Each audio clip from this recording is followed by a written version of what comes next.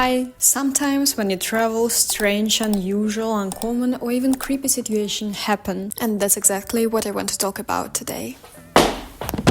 Overall, this video is based on my personal travel experience. I've actually already made a video in a similar format, where I talked about scams and creepy people. I'll leave the link in the description. I'll probably start with some silly things which happened to us on our way to the Simeone. It's a very beautiful town on the Lake Garda. We didn't have any big plans there, and actually we got there kinda easily. Firstly by train and after by bus. Although Italian transport sometimes brings a lot of surprises. But I will tell more about that later. In Simeone we were eating gelato, walking a lot and enjoying the nature. But the local wildlife didn't leave us alone that day. In my hometown the only animals are pigeons, so I tried to film some local lizards. And here is how it went.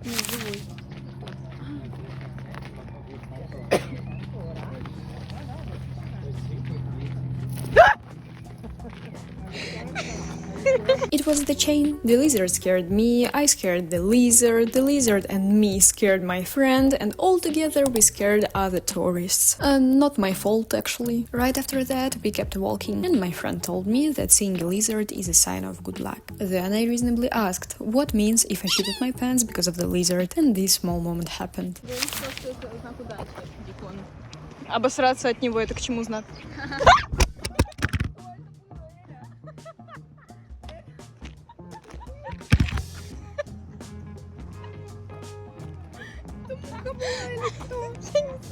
A huge wasp flew straight into my hand. I am totally okay with them till the moment they fly into me at full speed. My phone flew pretty far, as you can see on the video actually. But somehow it survived both me and the wasp. We spent the whole day in that town, and it was time to go back. We remembered that we had to take the bus first. There was a bus stop, a ticket machine and a huge crowd of people. We stood nearby, and it turned out that after buying the tickets, people just couldn't get them out. There was a plastic flap stuck inside the machine, and the only way to get the ticket was to try to pull it out with a stick. People couldn't do that quickly, that's why there was a big line. And actually, because of that, we missed our bus. We just accepted that fact. And actually, returning back to the ticket machine, I thought that I would be able to get our tickets quickly. But in reality, I broke 2 sticks and scratched my hands. To be honest, I handled it worse than anyone else before me. We decided not to wait for the next bus at this stop, since it was coming only in 40 minutes, so we walked to the next bus stop. We got there really quickly, and this bus station was in the middle of nothing, so we just sat there squatting for the rest of the time. Another surprise was waiting for us, this time with the train. Too many transport problems for only one trip, by the way. Life is life, жизнь это жизнь, la vita è questa.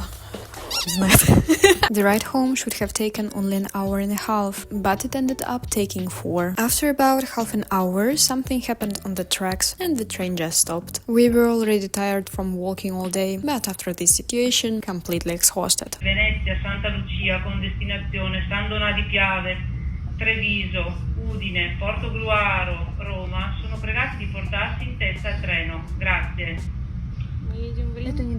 After about 2 hours, the train started moving again, and we relaxed. The next trip was just strange, from the very beginning till the end, and actually it started like that. The plan was simple. I just wanted to cut one leg off my pants near the canal in Venice, because I wanted a beautiful frame, and then we would just walk around and enjoy the city as usual. The custom turned out great, although we get a bit more attention than I was expected.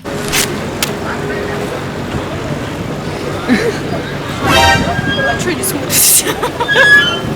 Можешь камеру повернуть на людей, пожалуйста? Я сейчас боюсь. Чего?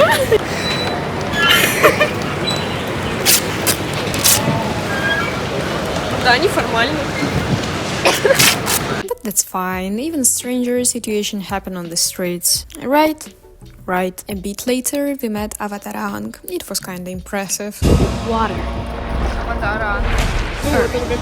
After some time, we got hungry, and long story short, a seagull landed on my head, took a piece of my sandwich, and after followed me for some time. Actually, all over Venice, there are some special signs with the information that seagulls can attack people for the food. But I spent there quite a lot of time, and I had never experienced this before. Until this time, for sure. By the way, it happened on the St. Marco Square. I got scared and started running, and somehow it ended up in the middle of the group of strangers I never saw before.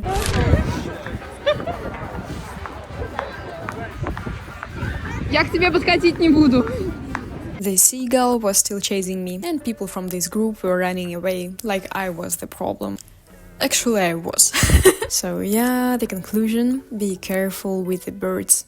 And one more thing about trains. To get from Padova to Milan, you need to take one transfer. So firstly we go to Verona, and after to the fashion capital itself. And I absolutely hate this route, just because every single time the first train is delayed and the second one leaves just in front of us, because the transfer time is only 5 minutes. And if you miss it, what actually happened every time, you need to wait about an hour for the next one. The train station in Verona is pretty isolated, so basically there is nowhere you can go and kill time. And every time we do this route, everyone just runs to the platform, hoping for the miracle.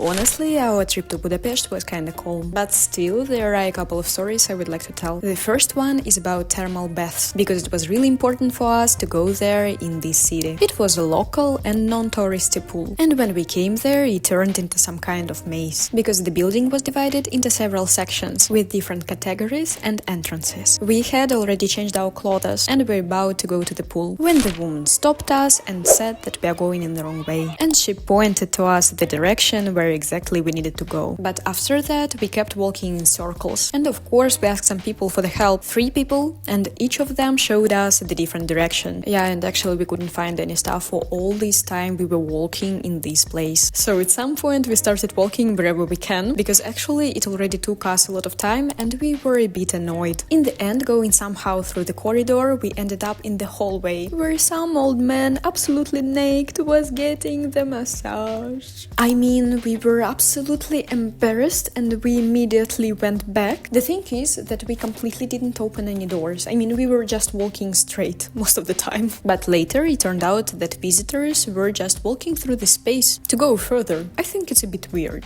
But all of us has the free will, right? After all this situation, we just returned back to the first room the woman had sent us away from, and were just calmly swimming in the thermal bath. It was really relaxing and cool. The second story is just stupid, because we were stupid at that moment. One evening we decided to go out kinda late. It was around 11 p.m. The center was still full of people for sure, but we went towards the Fisherman Bastion. At some point it felt like all the people completely disappeared, especially in this area. We went up the hill, and there were no street lights at all, and we were using our phone's flashlights. We walked for a while and got close to the top, where was a bit of light. After, we saw 2 huge guys who had apparently staring at us for all this time. We froze and started staring back. I don't know, actually, it wasn't the dinosaurs. Why we thought that it will work? But okay. After a moment we decided to walk past them, and it was just bushes.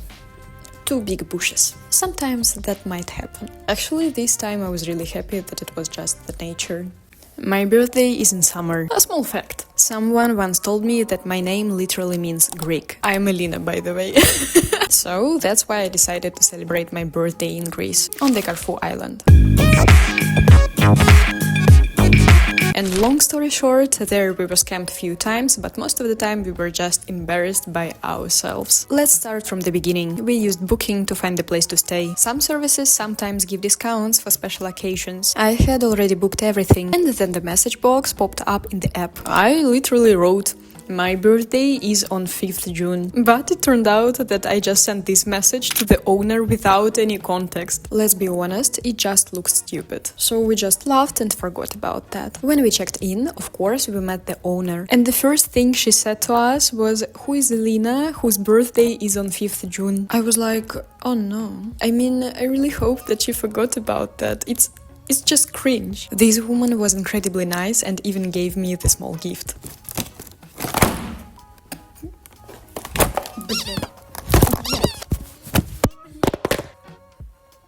It was this drink kit and also this postcard. So sweet. But the whole situation is kind of absurd. Because I basically just announced that out of nowhere. But for sure I don't regret that I did that. Everyone loves gifts. We stayed in Pirama, a very beautiful and cute place, with a beach across the road, but unfortunately the rocky one. And the apartment was also in the middle of nothing. Usually we went to Carrefour Town or Kerkera in the morning, and after we're returning back in the evening. On the first day we realized that we really didn't have anything, so we walked to the nearest store, 30 minutes along a road with no sidewalk and with no lights. Just the perfection. We went to Conad, also a popular supermarket chain even in Italy. But the store we found was basically in the garage, half empty and with the huge prices. We bought some snacks for a lot of money and sat by the sea. Then it was time to go back, but it was already dark. The road was terrible and dangerous, so we walked again with the phone flashlights, hoping that we wouldn't get hit by the car or a quad. Прижмись. Почему? Машина. Ты меня пугаешь. Ну, как сказать. Так, мы почти закончили с этим квестом ценой в жизнь. People in Pirama actually don't know how to drive. Almost back at the hotel after this lovely walk, we suddenly heard loud barking from above and almost jumped into the road because of the fear. We couldn't even see this dog, but it was so close. It turned out to be the owner's pet, and it seemed to hate us from the very beginning till the very end.